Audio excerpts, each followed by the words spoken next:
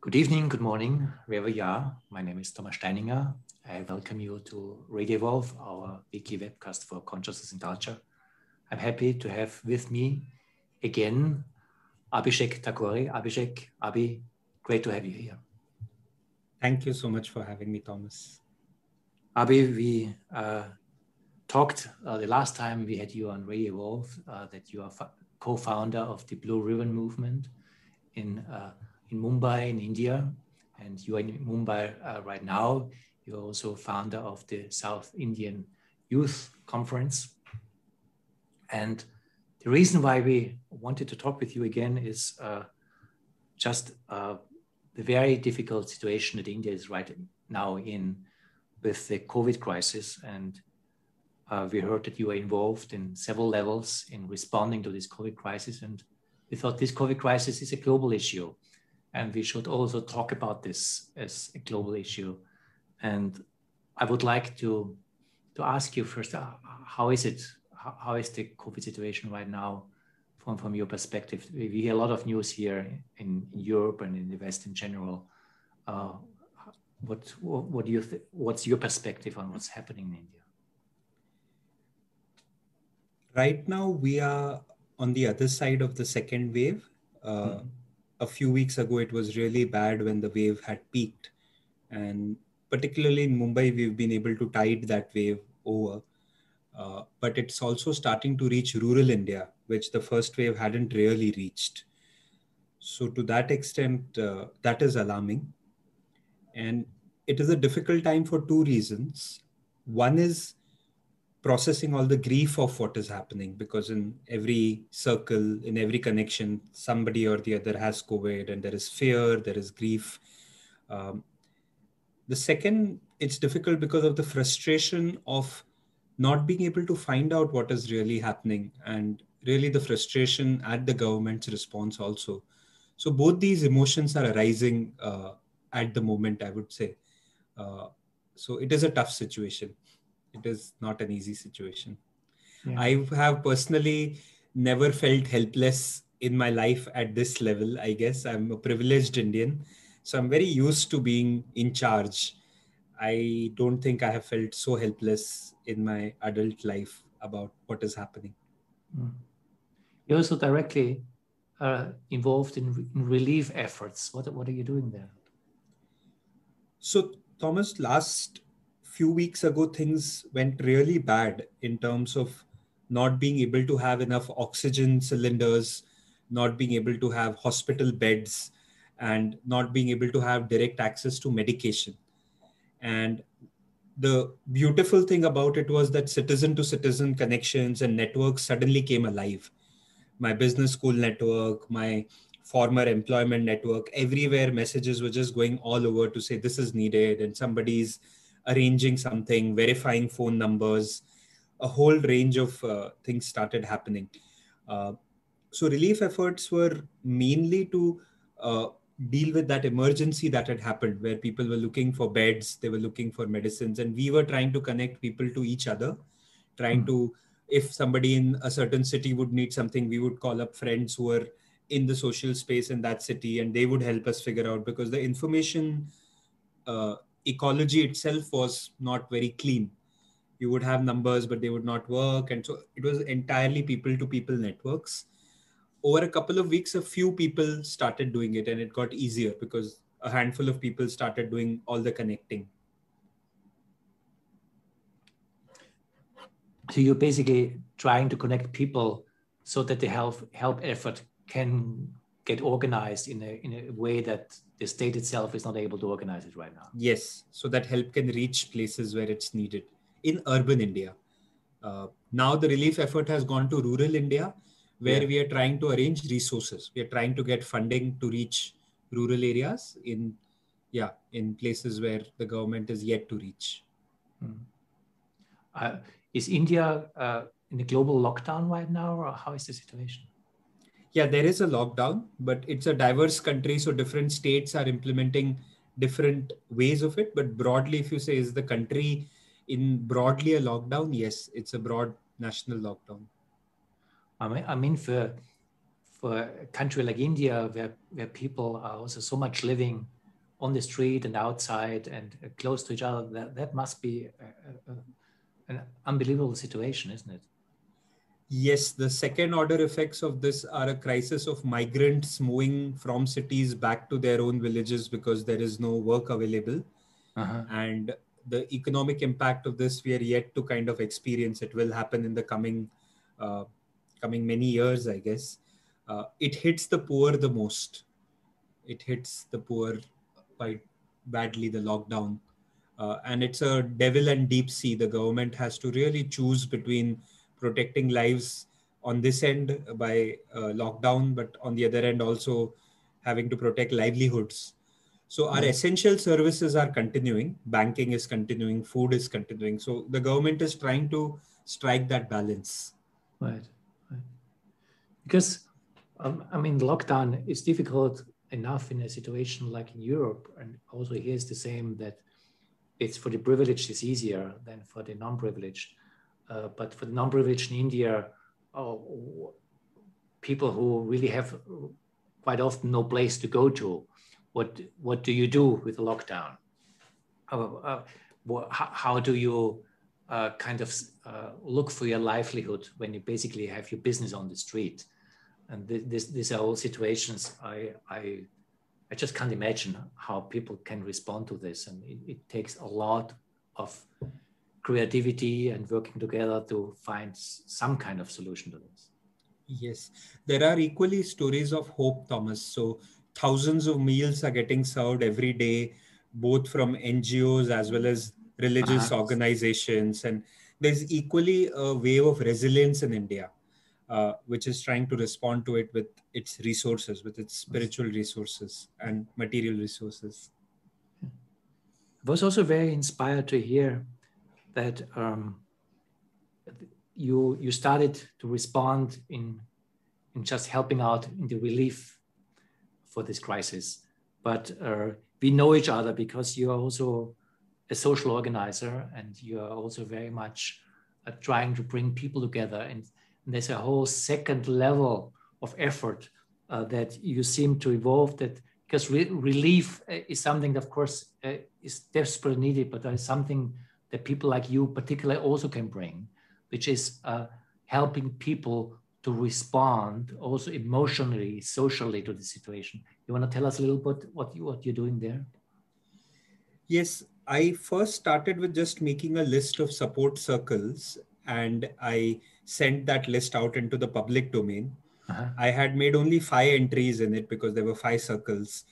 That list started getting updated by people, and it reached 10, 15, 20, 25, 30, 35 circles all over the country, just self updating. And I suddenly realized there is a whole network of us that needs to see itself, Uh-huh. become visible to itself. And I would definitely acknowledge our work, Thomas, that you've been doing with us in VSpace, which definitely gave me some confidence and legitimacy, apart from my experiences in holding spaces, Uh-huh. to take that step and say, let us come together to sense together, to see What's ourselves. who are those people? What circles are this? Are you connecting there?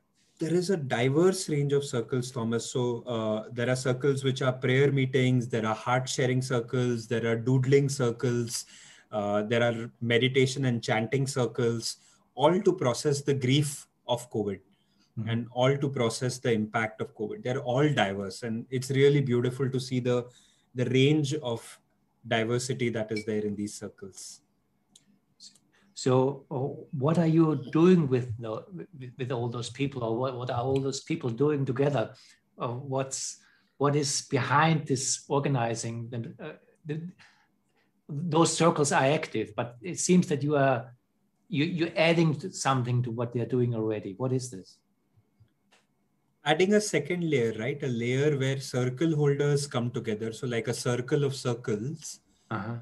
where we collectively sense into what we are seeing, because a circle holder is also a vantage position from where they get a broader sweep. So when circle holders come together, you are able to sense even better what's going on. Mm-hmm. And we were able to tap into the extent of the collective grief that exists. We were able to tap into the need to protect certain voices which are talking about energy, which are talking about spirits, which are sensing something different happening.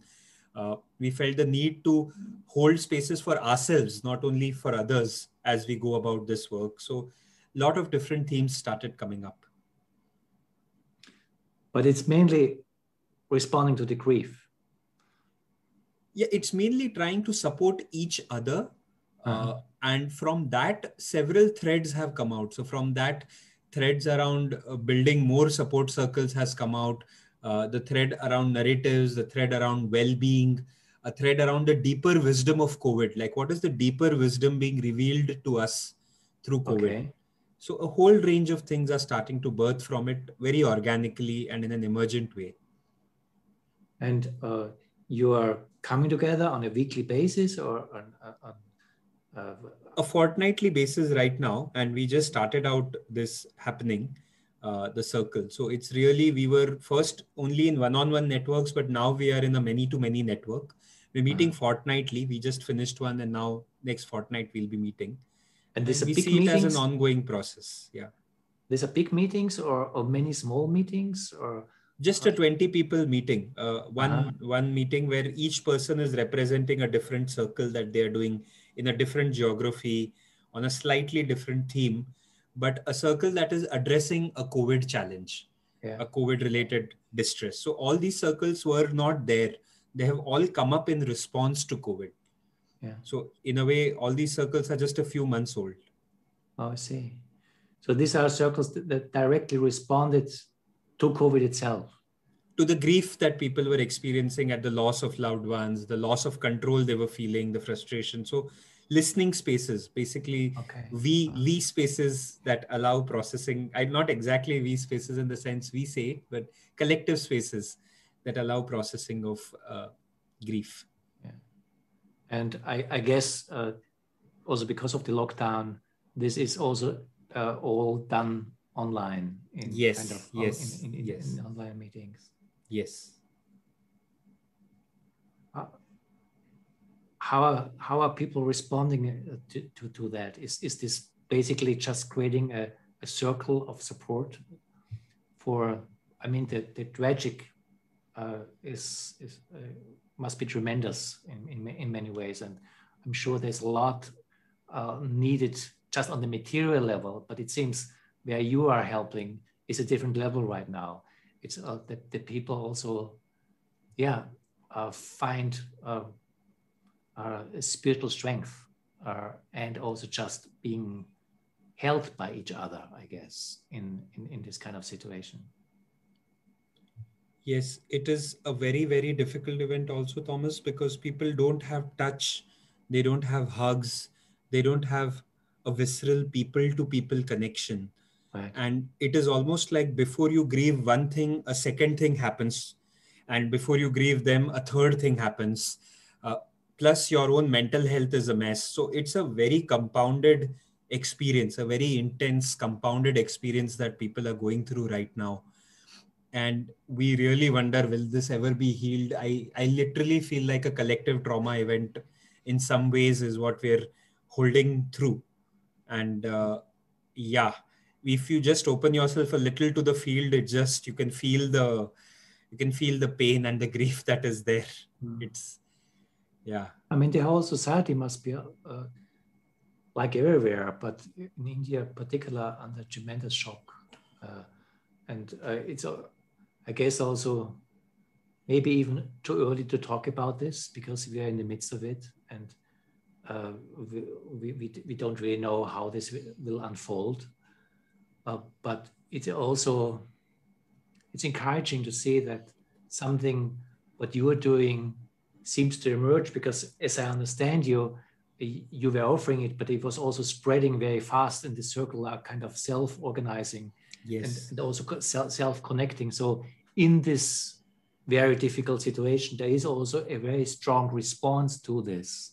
Yes. Of people seeking each other and finding support by each other. And this is something that I haven't heard so much in other countries before. Maybe I was missing it, but it's kind of very, it's touching and inspiring to hear that you're organizing this, but also that it seems that many people in different parts of this huge country, I mean, India is not a country, India is a continent, are kind of responding with, on one hand, their heart, their soul, but also with the willingness to connect and just to be together. I mean, I guess there must be also many other organizations, religious organizations, and I guess also political organizations and social organizations that are doing that. Is there any specific quality in the circles that you're organizing there? Is there any particular quality in that? Is this which kind of people, which kind of circles are this that you're organizing there? We thought that these circles would only be the middle class and the rich. But when we held them, we also found people coming from relatively rural parts of the country. We also found a very huge diversity in the approaches that people had. And each of these circles, I would say, even though they are coming from a different space, the deeper spirit is to touch the grief that is present in the moment, that people carry in their hearts, and to really open that space up for people to share. And this is not only circles, but thousands of counselors are offering their services for free. All of this is for free. All of it is either free or gift economy, and people are just stepping up to offer freely, unconditionally, lovingly. And yeah, it's quite a lovely ripple. It's a drop in the ocean of India because the country is huge, but I'm sure there are pockets of resilience at multiple levels to hold what is happening. But also, sorry, one thing I must say, Thomas, what is happening is darker than what we have ever seen in a while, because dead bodies in rivers and cremation grounds that have queues because there is not enough space. So we've not had it so bad in a long time. Maybe the last time the Bengal famine that happened probably had this level of deaths. We've not had it so bad in a while. I mean, on one hand, it is very encouraging, but on the one hand, you also must feel very overpowered by what's going on right now. Yeah. I felt personally that being overpowered was kind of a luxury, in the sense that I felt that I could spend time grieving, but that time would never end because the grief for now seems endless, and we need to show up with all our courage. And so accepting that the grief will never fully go away, but to just hold it and show up for what needs to be done. I think that's what this time is pushing at least some of us to do. You said that there are also a conversation starting about something like, what is the deeper meaning of the COVID crisis? Yes. Well, what kind of conversations are these? There is clearly a disruption that we are seeing, and a once in a generation disruption, perhaps, or once in I don't know how many generations. And when a disruption of this scale happens, people get shaken up from their usual ways of being. And so we are very clear that this is an opportunity also for us to bring about newer ways of being rather than going back to the old normal. Now, when such a disruption happens, one is to make sense of what is happening, which is a collective activity. We are trying to make sense together. But also we are trying to be intentional about answering three questions: what has happened, what it means, and what should we do? So what has happened is, which parts of reality should we amplify? You could amplify the darkness or you could amplify the light. What it means is, what do we make sense of and what conclusion and so on, and help people reach some form of collective meaning making. And from that meaning making, can we inspire action, which is the intent of this kind of deeper understanding and systemic thinking of this. So yeah, that's a thought process that's on. And I guess there must be many answers to the question of what is happening and Yes. how to make meaning out of this. Yes, there are many contesting answers, and the choice is almost political, right? In the sense that what narratives travel and what narratives are amplified.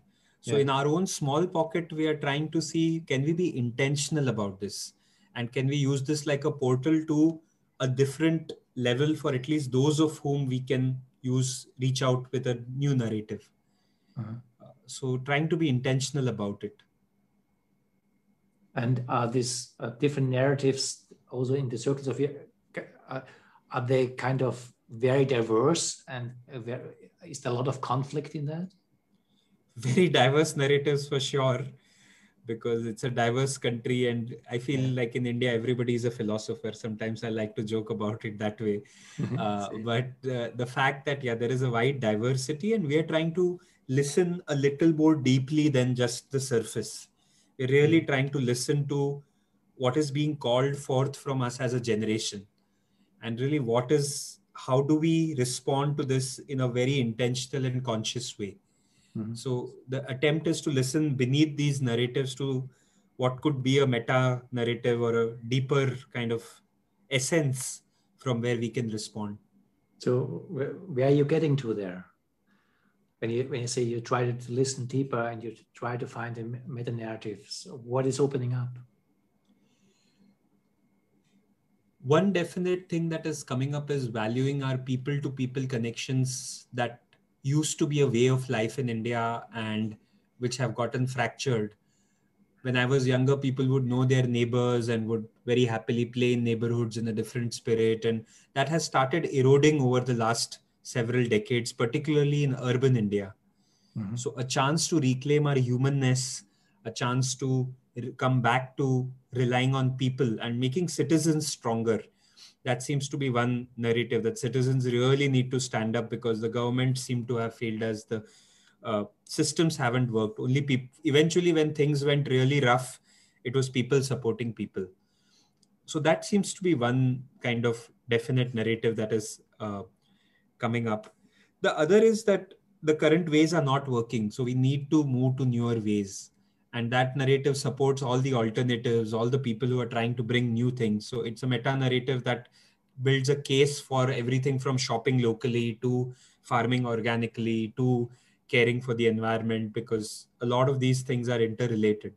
So that's kind of also something else that is coming up. There are also some people channeling energies who are saying that souls are fed up of the planet. They're just souls are not being able to deal with what is happening in the planet, and they're choosing to leave. It's their protest. It's their protest against the imbalance that has been created, and there are literally souls departing the planet right now saying they've had enough. They're fed up. So there are some narratives like those also which are there. I mean, all what you're saying is most of it is, in fact, quite hopeful, because it seems that the people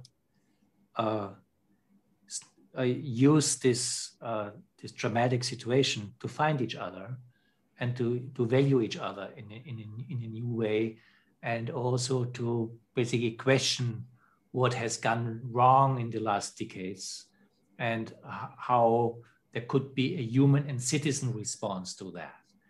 Is that something that is just happening in your little bubble, or is that something where you feel there's really something shaking at least parts of the Indian society to I'm hesitating to use the word, but I'm using it anyway, to wake up to that. Because as tragic the situation is, I find it quite remarkable that people have such solidary responses, response in solidarity, and in trying to find ways how we can look deeper, how we can be humans in all of that. If that's the case, that's very positive. Yes, I feel few things, Thomas. One is that the fabric of the culture is deeply spiritual, Uh-huh. uh, and its capacity to assimilate whatever happens to it, good Yeah. or bad, is Yeah. immense. I feel we are a very elastic culture, Uh-huh. and the spiritual grounding lets us look at things in a much larger perspective, I feel, of the cycles of birth and death and impermanence Mhm. of life, and really a deep acceptance of things also. And I think some of that is actually the source of these creative responses and hope. Like the psyche is is resilient. It's a very resilient psyche, and it has shaken the whole country in different pockets, and different groups will respond in different ways. Uh, the bubble that we are in, or my small community around the country, is definitely waking up to the possibilities that this catharsis is offering, Mhm. and really holding strength. Mhm. I'm asking also because it does sound different to what I'm aware of here in Europe or in Germany, because in fact there's a lot of fighting going on, and there's a lot of blaming going on, and there's a lot of disruption and mistrust, and uh, that's not what you are talking about right now. Is it just because you're not pointing to that, or is that not so much happening in India? Because uh, there's, if I compare what you're describing in the Indian situation, much more insecurity in that sense that people are losing their trust in a lot of things and are kind of much more also resentful. And the big word right now is conspiracy theory, that there's a lot of kind of conspiracy going on. Is that something that's happening in India also, or is it uh, uh, something that is just happening in different parts of society? So I am speaking from a bubble of hope. I must say I'm surrounded by Okay. people who are. So it is a small bubble, I would say. Uh-huh. It's definitely a bubble of hope, but it's a limited bubble. So there is a lot of blame. There is heartbreak vis-a-vis the government. There is heartbreak vis-a-vis the machinery. Also, that is present. And India is so diverse that there are natural cures coming up. There are people who deeply believe that Ayurvedic ways of responding to this will work. And there's such a wide range of narratives that I've also been trying to listen to vis-a-vis what is happening. Like there Mm-hmm. are protocols that certain doctors are recommending. There are traditional, in rural India, people are having these herbal decoctions with complete conviction that that will make them resilient. Who knows? But I'm saying there's a wide range of reactions, responses, and while there is blame, I think like any other place in the world, I would say there is blame. There is misinformation. There is misinformation. So I would say that is uh, also present. Uh, I would say the culture of helping and the religious institutions, and that is very, very active. I think from where I'm seeing it, what is Mm-hmm. allowing things to be held is that people are still holding together and strong. Individuals are donating money. Relief is coming from all over the world. Where so something is holding us through this. Mm-hmm. I'm also hearing something particular when I'm listening to you, which I found very touching. You mentioned it directly and said that the Indian culture is held still in this secular time by a very spiritual foundation, Yes. and that there is a perspective on this that is held by a perspective on life and death, Yes. which is somehow also different than I experience it in the West, in that sense that it is this crisis very much experienced in a very individualistic level.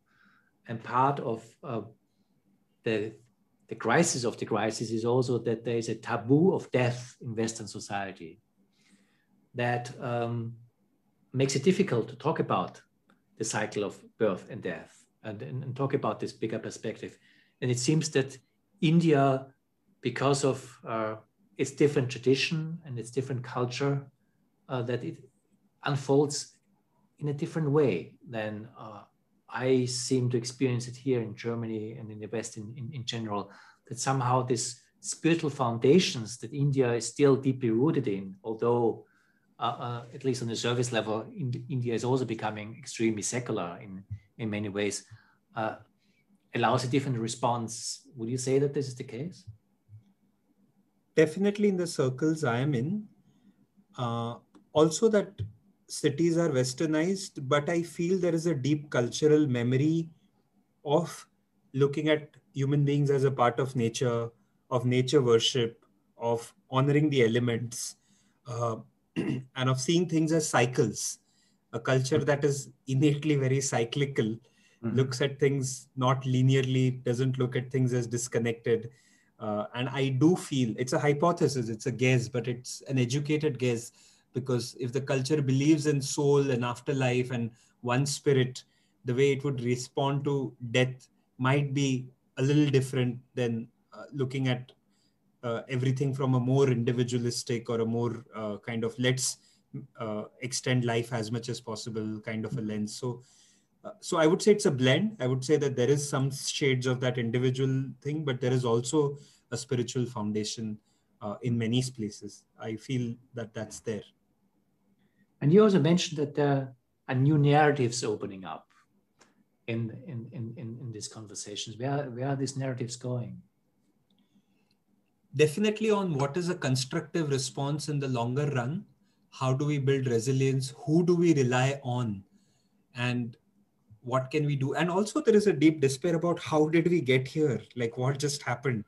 So there is definitely that churning and reflection saying what happened? How did we get here? Let's start there. Or what are the answers? How did we get here? Well, what are the perspectives on that? How did we get here? It's a good question.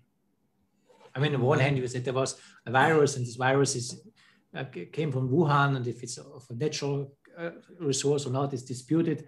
But I'm sure that's not the level you're talking on about that. No, I was not talking about that. I was talking at two levels. One is in an immediate way, India had a very good response initially. We were quite strong in the first wave. We started out the vaccinations. In fact, we were so confident that we started exporting things out of the country because we really felt like we were ahead of the curve.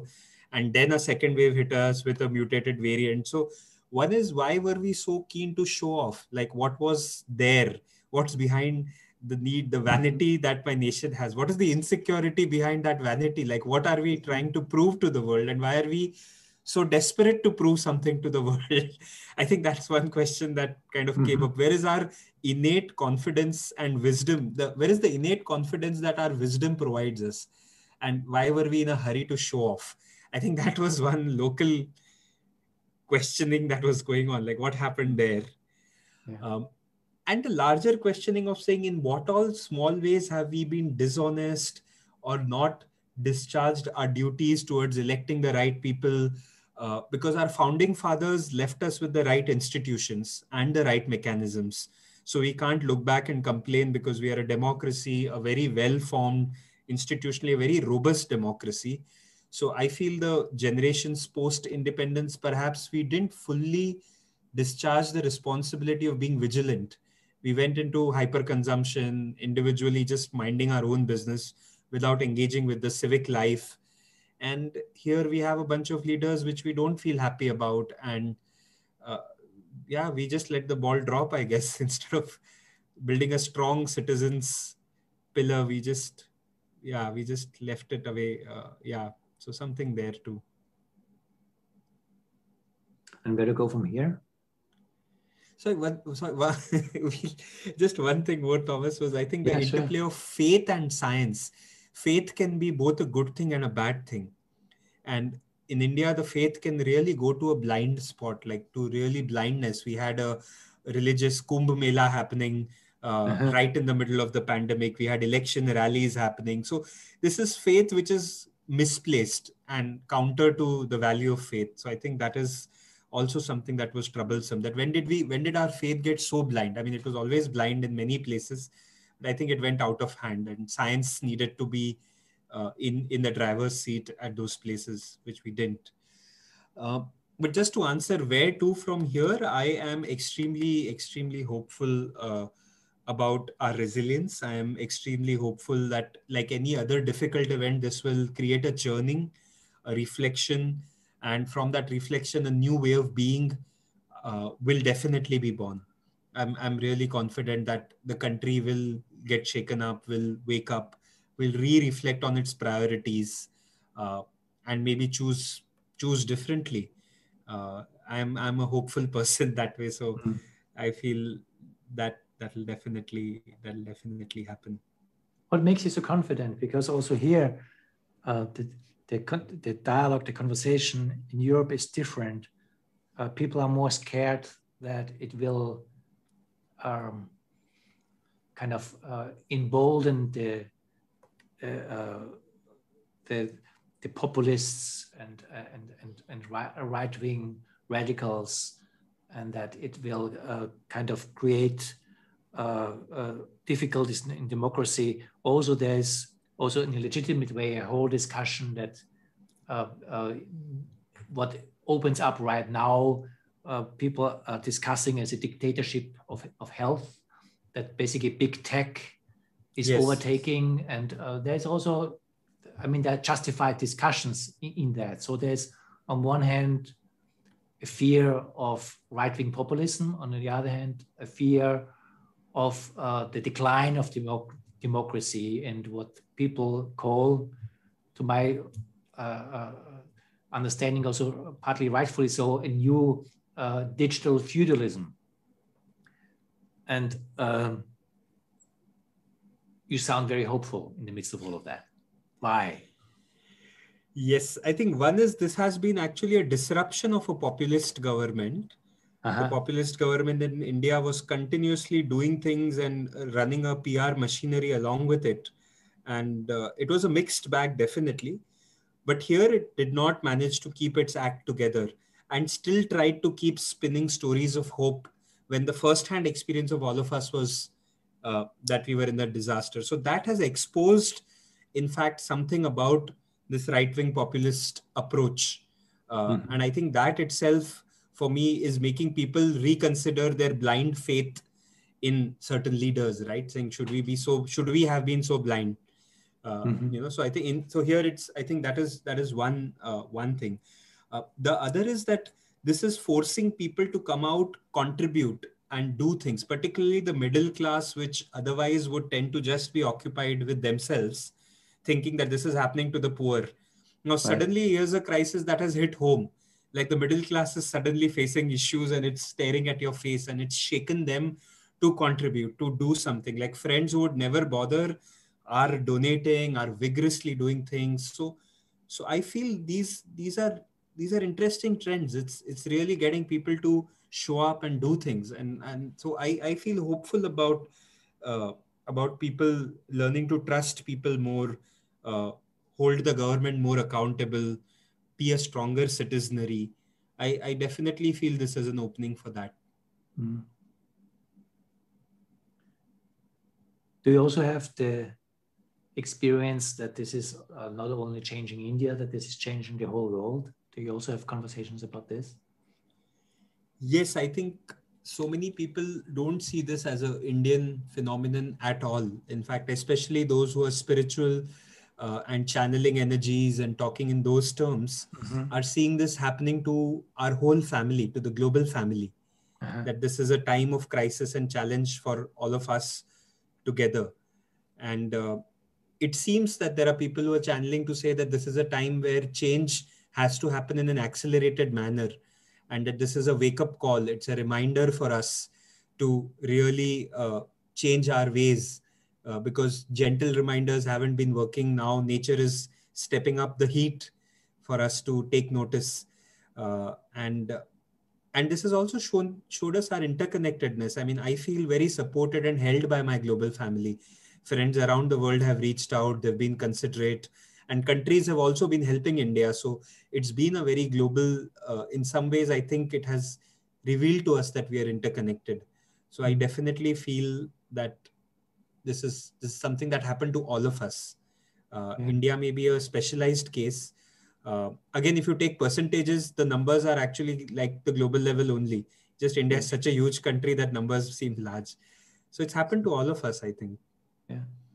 I mean, I feel that this is something that maybe we not even have let in a real, in a deep way, that this is maybe the first global event that really affects all of us in a short term. That it's something, not even the world wars have affected all of us. Yes, definitely. That way. So there is, and probably we haven't really kind of opened up to what this means for our understanding who we are. Also, the term that you're using, global family, sounds different than before the COVID crisis. It sounds different. I mean, the term was around global family, but I know people in the US, I know people in South America who are hit by the virus. I know people in Europe, I know people in India, and that does something to us, that we are hit by this epidemic in a shared way. It's also, I mean, this strange thing that this virus is moving through all our bodies globally. Somehow as one body. I mean, not to make a too spiritual thing out of it, but there is something about the fact that we are not separate. Proved in a very materialistic way by this virus, because the virus is moving through us as one body. In that sense, that a particular kind of Western individualism is usually very blind to the fact, so that we are not just this single separate things that we think we are, but we are moving as a whole, and we are moved as a whole by that. And again, I don't want to make any kind of too spiritual thing out of the virus, but it changes our experience of ourselves.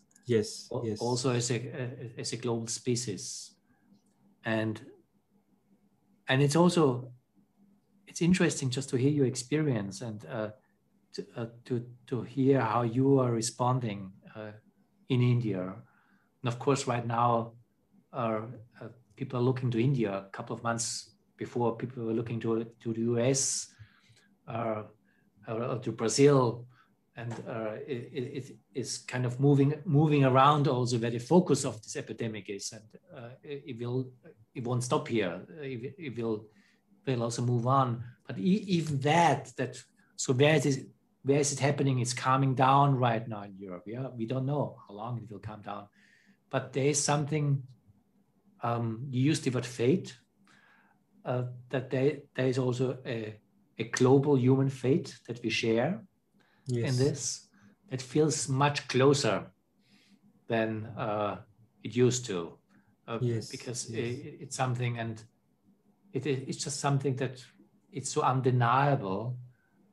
And it's also interesting and powerful to have this conversation with you, because I mean, here we are sitting. I'm sitting in the middle of Europe.